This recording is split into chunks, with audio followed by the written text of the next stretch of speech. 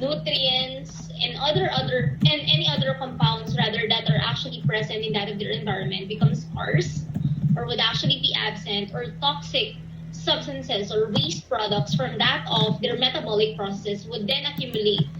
Ultimately, nagdidwindle yung kanilang growth or kanilang pagpaparami. So, when the growth of a bacterial culture is plotted during balanced growth, the resulting curve will then produce 4 different phases or 4 different stages. So we have the log phase, which is actually the slowest one. Hindi pa ganon kasignificant that of yung pagpaparami ng ating mga microorganisms. So in that of the log phase, which is the first one, the bacteria would still be preparing to divide. And if there would actually be division na, it would be very, very slow. And then followed by a rapid increase in that of the growth number, which is that of the log, stands for logarithmic phase, or that of exponential phase. Sorry. So the bacteria numbers increase logarithmically. And then it would actually come to a stationary point.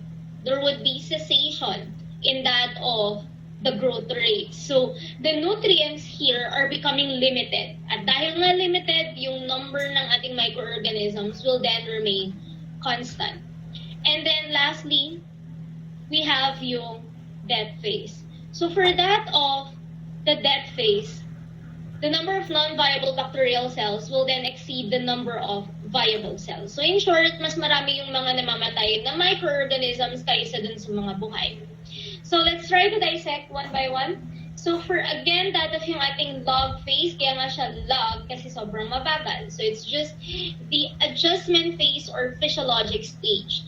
So the period during which the cells are still trying to adapt to that of their new environment. So there is actually little, or most of the time, wala talagang cellular division. And if, again, meron pong cellular division, it would be very, very slow. Here, an intense metabolic activity involving the synthesis of enzymes and various molecules would actually be done. So, ang nangyayari, there would be increase in the production of the needed macromolecules ng ating mga microorganisms prior to entering that of the logarithmic phase. So mag-iipon-ipon muna po siya ng mga nutrients na nakuha niya sa environment, and then kukunin niya yung mga nutrients na yun to make different metabolites. There are carbohydrates, your proteins, your nucleic acids, different macromolecules na gagamitin niya for that of the logarithmic phase. So once nakaipon na siya ng sobrang daming macromolecules and the needed nutrients, whether organic or inorganic natin ng mga nutrients, it can now enter that of the exponential phase or the logarithmic phase or yung ating log phase. So here, the cells begin to divide and enter a period of growth or logarithmic increase. Diba sabi nga natin, the population of a particular microorganism will then increase exponentially. And cellular reproduction would actually be very active at this particular phase. And again, they are most active metabolically kasi ang dami na po nilang naipon na nutrients. So it's the stage where microorganisms, again, they are actively dividing. Cells are dividing steadily at a constant rate, and it's actually the phase in which organisms are utilized in physiological and biochemical testing. So ito po yung stage na usually ino-observe natin dun sa ating mga agar plates. And it is the stage also that is very much susceptible to that of antibiotics. So annoying. So when we would actually try to treat or manage that of our patients, I'm sorry, sobrang annoying lang dumaan. So when we are treating or managing that of our patients, as medical technologists kasi, we actually contribute also dun sa phase na yun, yung treatment and that of also the management, especially during that of antimicrobial susceptibility testing. So, magbibigay tayo ng information dun sa physician kung ano yung pinakamagandang antibiotics na ibigay dun sa ating pasyente. And usually, the antibiotics that we would recommend, they are being given during that of the logarithmic phase. Kasi in this particular phase, the organism kasi would be more focused on cellular division, would actually be more focused on trying to enrich that of itself para dumami siya, para mag-propagate siya. So, less po yung ability niya to protect that of itself. So, kaya siya po yung stage to which it is highly susceptible, madaling tamaan ng ating antibiotics. So, this particular phase will then continue until either one or more nutrients in the medium will then become exhausted, or that of toxic metabolic products will then accumulate and inhibit the growth. So, tuloy-tuloy lang po yung ating logarithmic phase hanggat enough pa yung nutrients in that of the environment. Pero, once it would actually detect the scarcity or limited lang yung mga resources na meron sa kanyang environment, it would actually start to gradually bumababa yung ating growth rate, bumabagal yung ating growth rate. And, syempre, kapag sa metabolic processes, kapag sobrang active ng isang microorganism in the different metabolic processes, obviously, ang end product nun, makakagawa siya ng mga macromolecules, but downside of it, makakagawa din po siya ng maraming toxic metabolites, toxic waste products. And if those toxic waste products would actually accumulate, gradually accumulate, it would limit that of the nutrients, the resources na kakailanganin ng ating microorganism. So, it would also be detected by that of the bacteria, and it would actually start to slow down that of its growth or that of its reproduction. And then, that particular phase will then be followed by the stationary phase. So for that of the stationary phase, it's again the phase of equilibrium or plateau na phase. So dito, growth would actually be very slow rather. It would be stagnant. So the number of microbial deaths will then balance that of the new cells that would actually be formed. Kaya nga, yung population natin will then be stable. Kasi the number of bacterial cells that will die, will then be equal to the number of cells, bacterial cells, that would actually be growing. So yung mga nabubuo, equal din dun sa mga namamatay. So yung population natin will then be stable. It would actually remain the same. So metabolic activity of dividing cells will then slow down gradually, paunti-unti lang po. And then total cell count slowly increase kasi mabagal pa rin yung pagpaparami nila. Although, again, yung ating population will still remain constant. And this particular phase, yung pagbagal, it would actually continue up until wala na entirely yung mga nutrients na kailangan niya in that of the environment, or if the number of toxic products would actually be more than that of the needed na nutrients.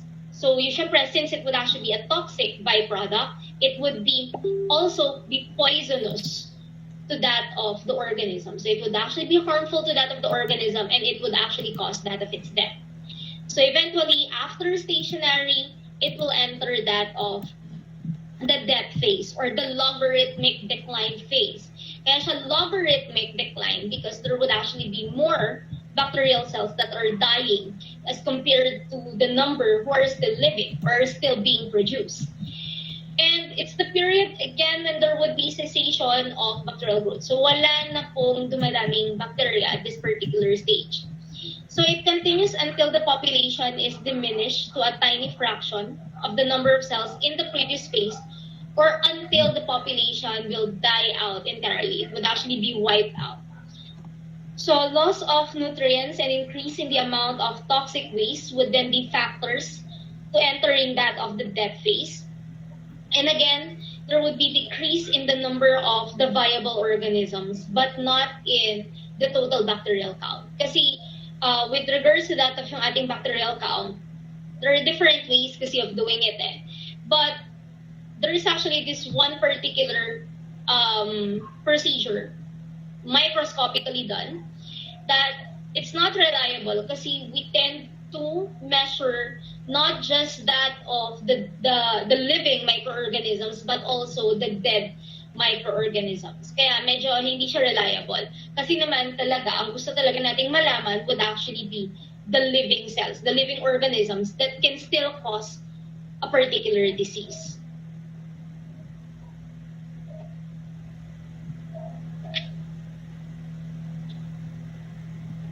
So moving further, we need to determine that of microbial growth. That is through counting different colonies that are being that are being grown or that would actually emerge on the surface of yung ating agar plates sa ating mga culture media. So we actually have different ways of doing that. So we have your direct counting under the microscope. So it will then estimate the number of bacteria present in a specimen. However, again, may sinasabi ko, it does not distinguish between the living and the dead bacterial cells. We also have yung ating direct plate count. Ito yung madalas na ginagamit natin or ginagawa natin sa laboratory. Dilutions of broth cultures on agar plates, and it's actually being reported in CFU, colony forming units per milliliter. So it's actually also one way of determining the bacterial cell count present in urine cultures. And we also have your density measurement, which is being done when we are using broth or liquid medium, as in the case of antimicrobial susceptibility. So same din po yung reporting colony forming units per ml. So we tend to prepare a standard inoculum, like yung ating McFarland's standard, that is actually needed for your antimicrobial susceptibility. So yung inoculum natin, which is a mixture of the liquid medium, na meron tayong nilagay doon na microorganism, it will then be, mixed together to form that of yung ating McFarland's, and then eventually it will then be stripped doon sa ating Mueller-Hinton agar for that of antimicrobial susceptibility testing.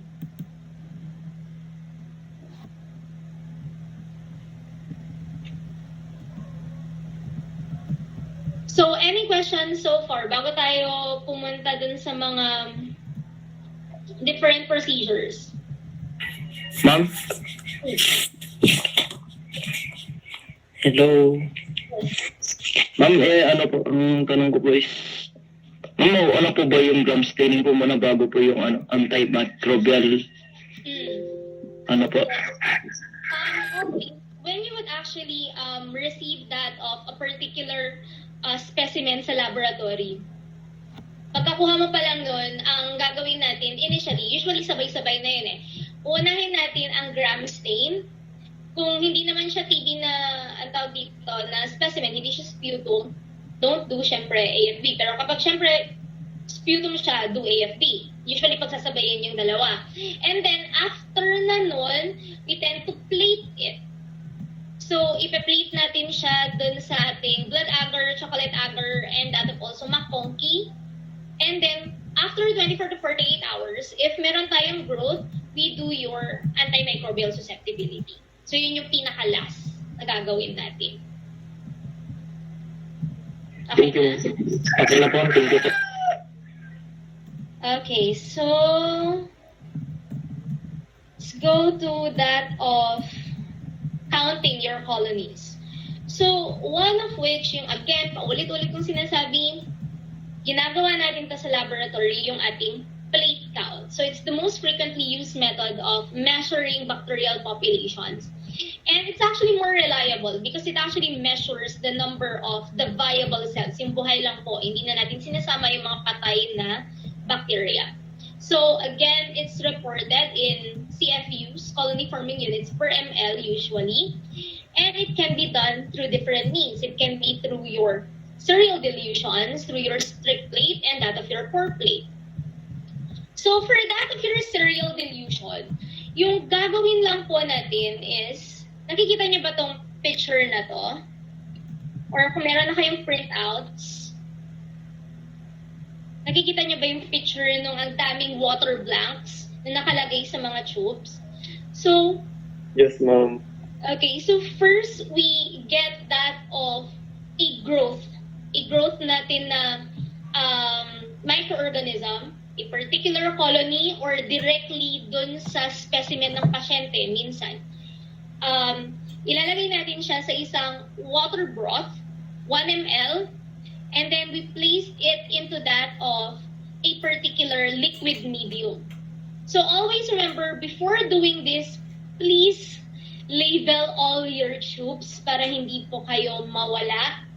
Number 1 yun. Please do label them properly din para hindi din po kayo mawala. And when doing it, wag naman kayo magsalita. Kasi yung talsik ng laway din ninyo, pwedeng sumama dyan sa mga dilutions na yan, maging contaminants pa. Okay?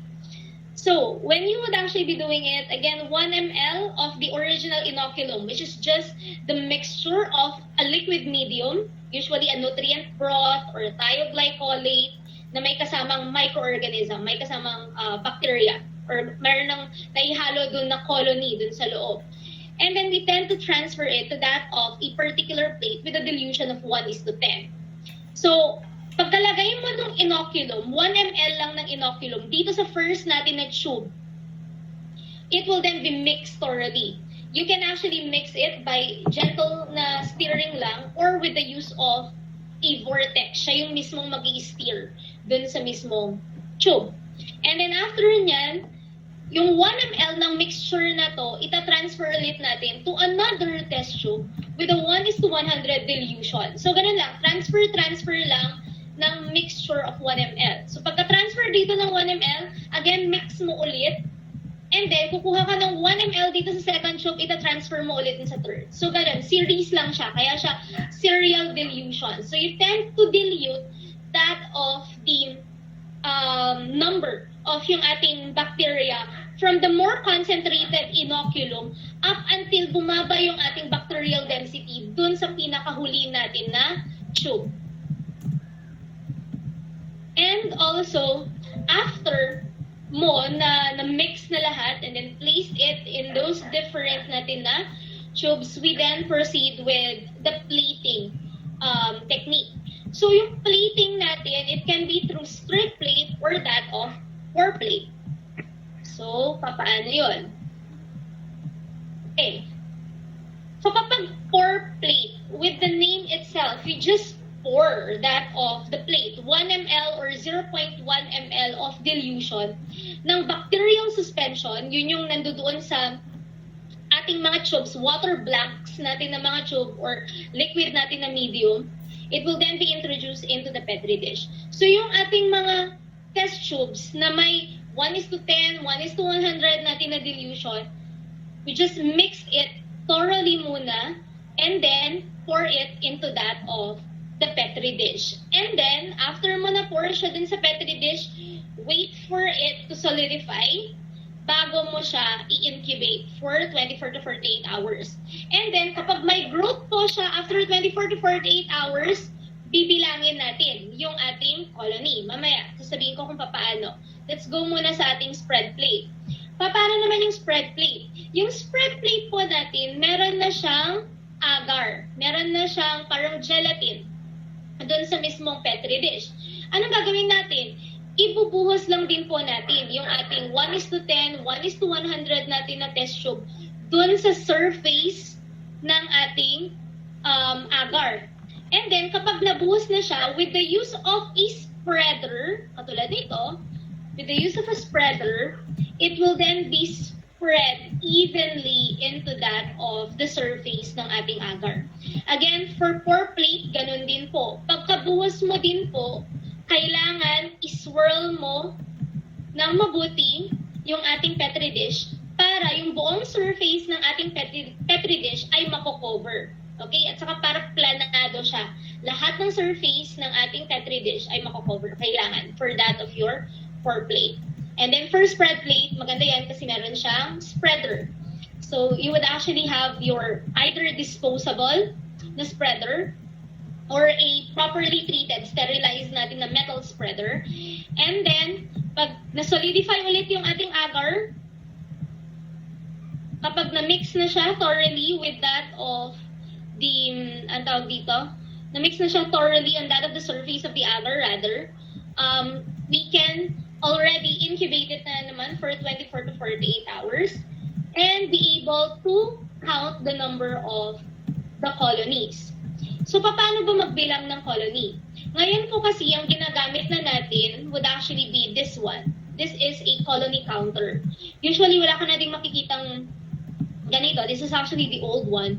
Yung ibang mga colony counters, embedded na siya, naka-incorporate na siya dun sa malaking machine, sa microbiome na laboratory, which is actually having different types of work. Yung malaking machine kasi sa microbiome lab, it's not just for incubating blood culture na bottles, pero sometimes kinocompute niya na din yung ilang mga colonies yung meron dun. So yun.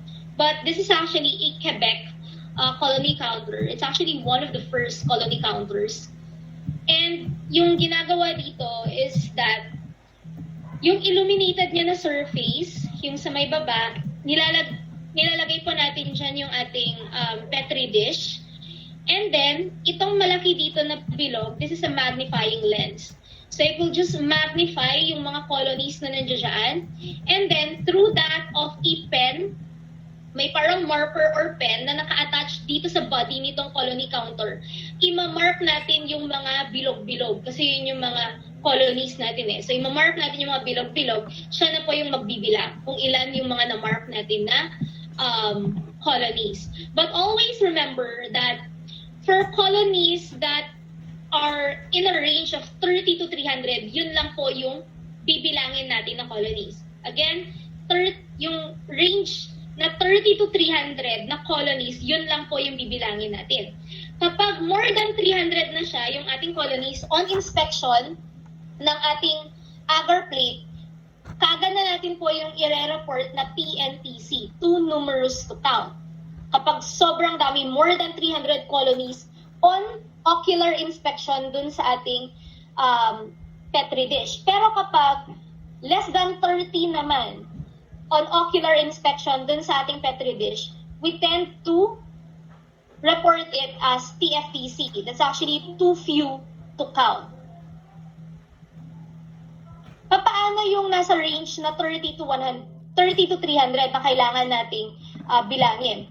So, for the total count of suspension, it would actually be by multiplying the number of cells per plate with that of the dilution factor.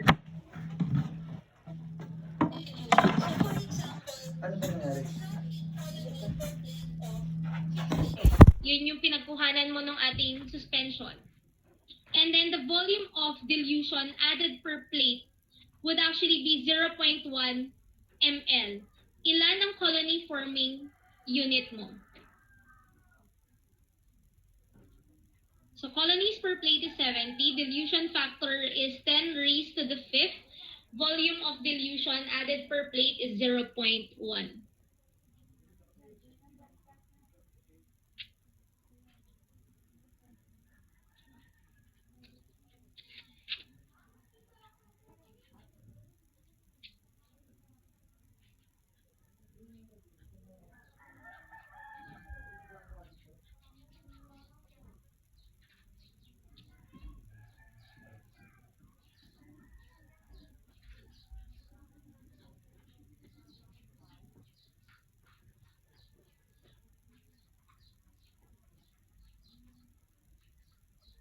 So again, don't forget yung formula natin, the number of colonies times the dilution factor over that of the volume. So ilan?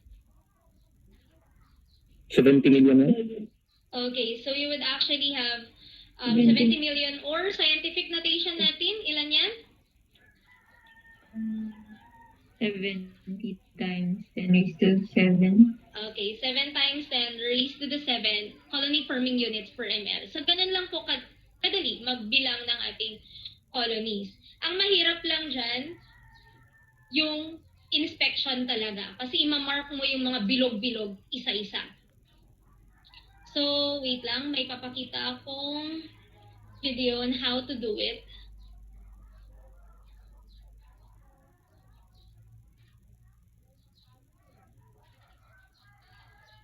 So first, yung ating serial dilution. Paano ba siya gawin?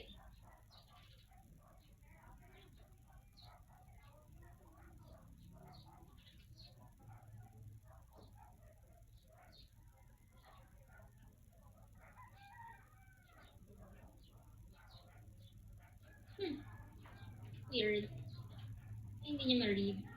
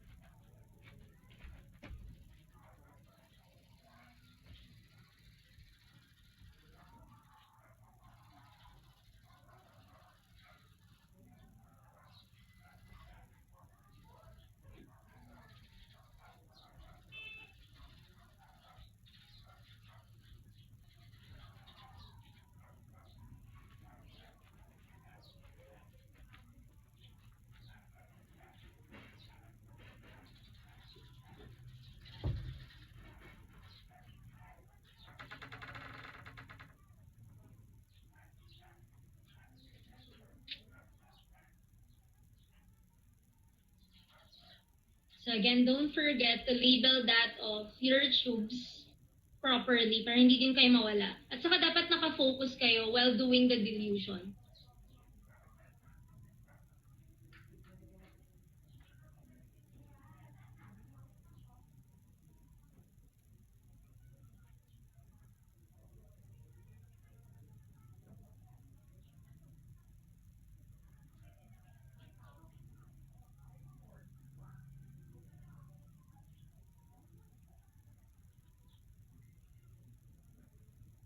So again, don't forget to do your aseptic technique when doing that of serial dilution or any other type of microbiological method. So once na mag-handle kayo ng kahit anong specimen, bago kayo kumuha in any other inoculum before and after, you need to sterilize that of your pipette. And that of also that of yung ating test tube.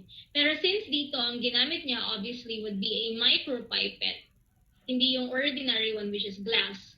So, kapag glass, please lang po, wag na wag po ninyong i-heat. Eh kapag plastic rather, wag lang po ninyong i-heat.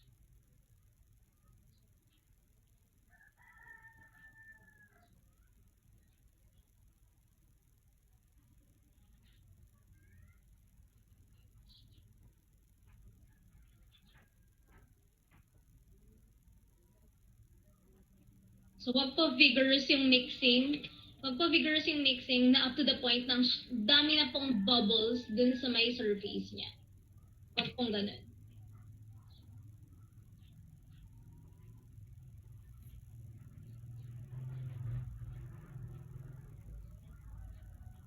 So, transfer that of the 1 ml.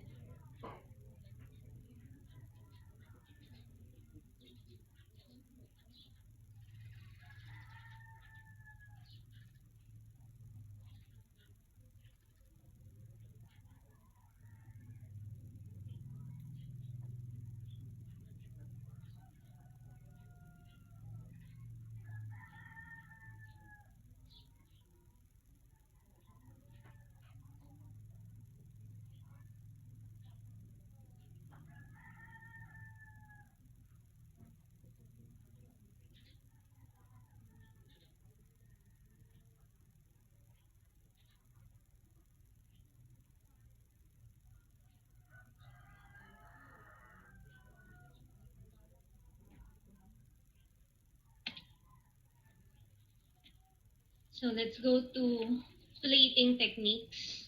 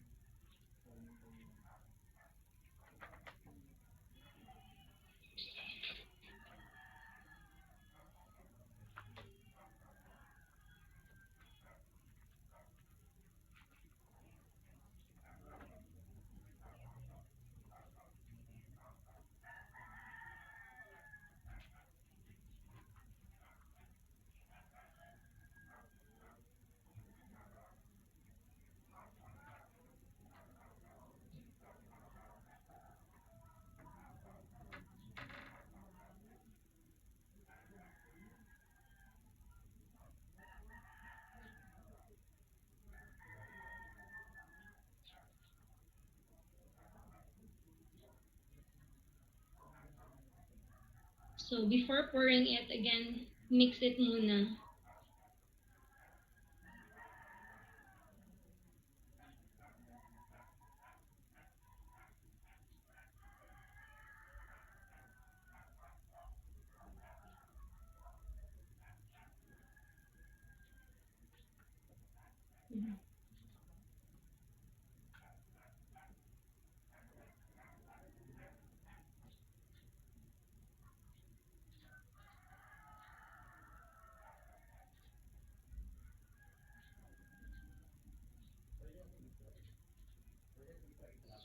So kapag nag-solidify na yung ating agar or agar plate, you tend to flip yung ating Petri dish. So babalik na rin mo po siya kasi nung mainit pa siya at naihalo siya or nailagay siya dun sa ating Petri dish, obviously nagkaroon ng moisture, di ba, dun sa taas ng ating Petri dish. Dun sa lid niya. If makikita niyo, if ma-observe niyo dito. Wait lang. Right. They're here. So yung mga parang ang tawag dito, parang mga hazy areas dito, dun sa may top portion niya, dun sa takip, that's actually moisture.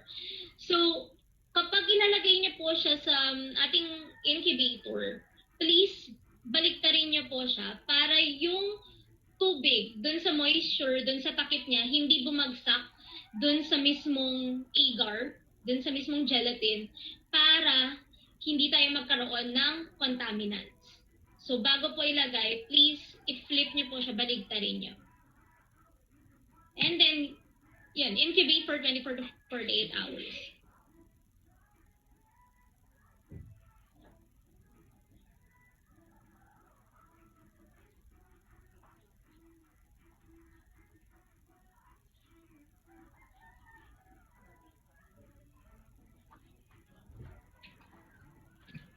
So next, spread plate.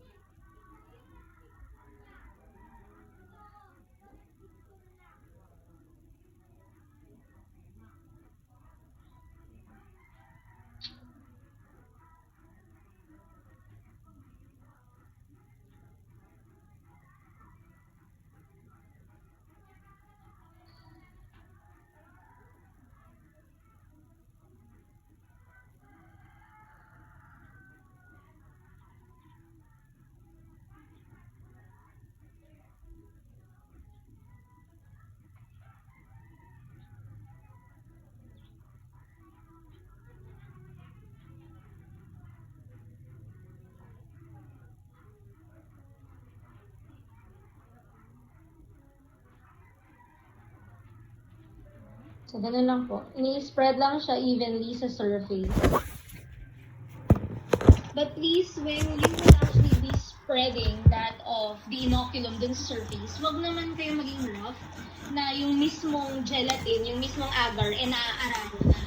So, be gentle with that of the surface kasi it is very, what do you call it? It's very soft. Semi-solid siya eh. So, madali po siya makita.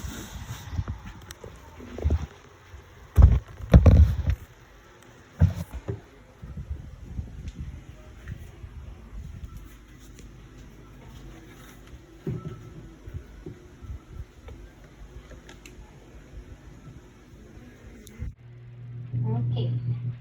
And after that, how do you then pick or count colonies?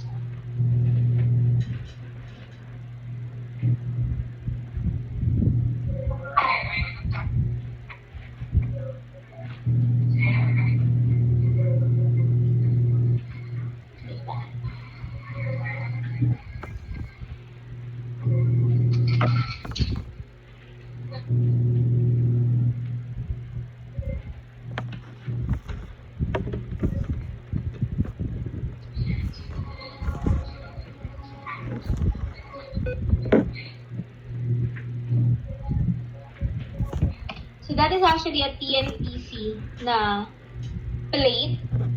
Halata naman, di ba, on ocular inspection, yung mga bilog-bilog na maliliit, it would actually be more than 300. Mahihirapan ka lang kapag isa-isahin mo sila na imamark.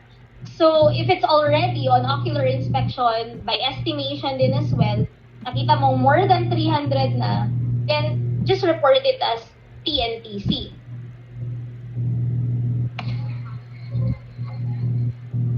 Lalo na kapag may mga overlapping ng colonies. That's TNPC.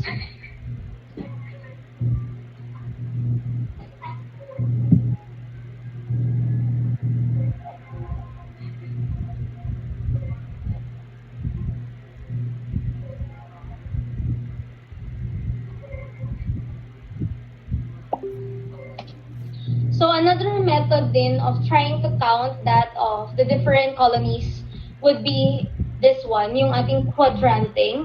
So just divide yung ating Petri dish into 4 quadrants. And then magbibilang ka lang ng isang quadrant. Dun sa isang quadrant, imamark mo lang itong mga bilog-bilog. Ilan ba yan in just one quadrant? And then multiply it na lang with 4.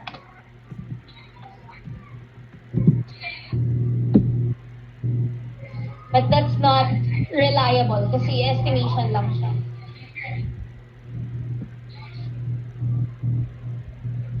So if ganito siya, if this is actually a very ideal plate kasi walang overlap ng mga colonies, madali mo lang pong mamamark kung ilan yung mga colonies na tumubo, yung mga bilog-bilog. So it would actually be very ideal to just mark them with that of a marker and then bilangin mo kung ilan na sila.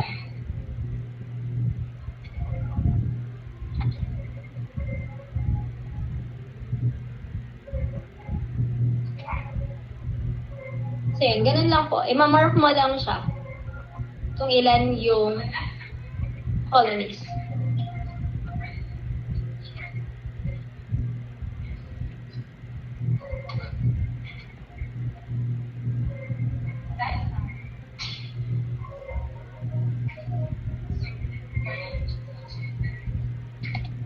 So that's basically on how to count that of colonies. Paano ba yung colony counter?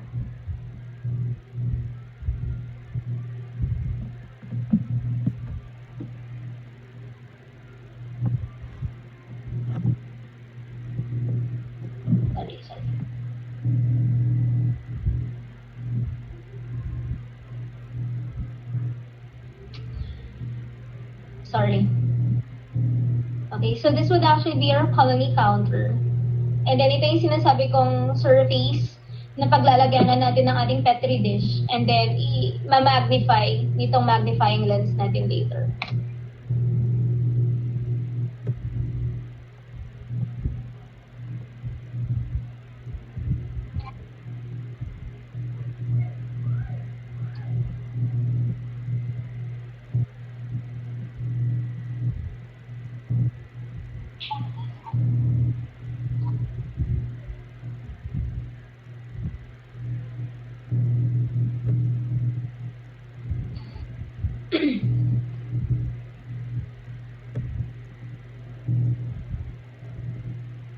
Kaya yung marker natin.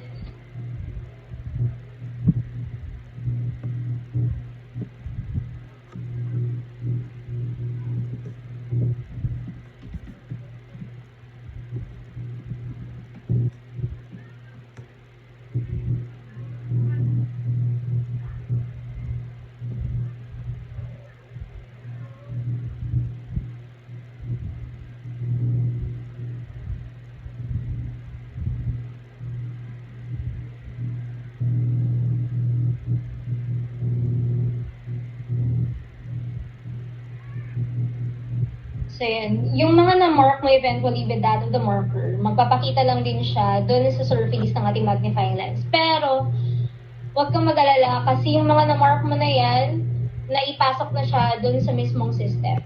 Naibilang na po siya.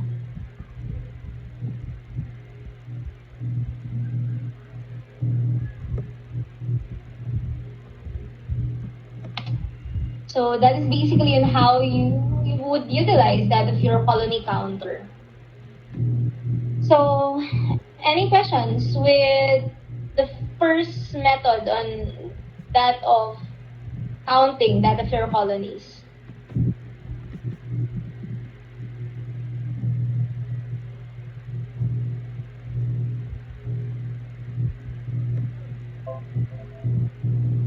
So let's continue. So for this particular technique, ano ba yung advantages at disadvantages? So yung advantage natin, syempre, it's more reliable, only that of the living cells, the viable ones are being counted. It also will allow isolation of discrete colonies. So when you say discrete colonies, this would actually be those colonies that are seen as separated from that of the other. Hindi sila nag-overlap. Kasi kapag nag-overlap, tapos magkaiba yung itsura ng mga colonies, magkaiba yung color nila, or magkaiba yung shape din nila, alam nating it would actually be involving two microorganisms. But when you are using kasi the serial dilution agar plate, there is a higher tendency na hindi sila nag-overlap. Lalo na kapag thoroughly na mix mo nga naman talaga yung ating inoculum bago mo siya pre-make. So, if that would actually be the case, hindi siya nag-overlap, it will then be very easy for us to subculture it. When you say subculture, transfer it into another culture media, to another agar plate that will enhance that of its growth. Mamaya malalaman natin yan with cultivation. So it can be subcultured into a pure culture. When you say pure culture, isa lang po na microorganism yung tumubo dun sa culture medium na yon. So it can be therefore easily studied and identified. Yung disadvantage naman natin, overnight incubation is necessary before colonies will develop dun sa ating agar surface, and depende pa yan kung fast grower siya or slow. And there would be more glasswares that would be utilized in the procedure, and the need for greater manipulation since sobrang daming steps. It would actually be prone to errors. So it would also then result in erroneous counts due to errors in your dilution or errors in your plating procedure. So any questions with that of the serial dilution agar plate technique? Any questions?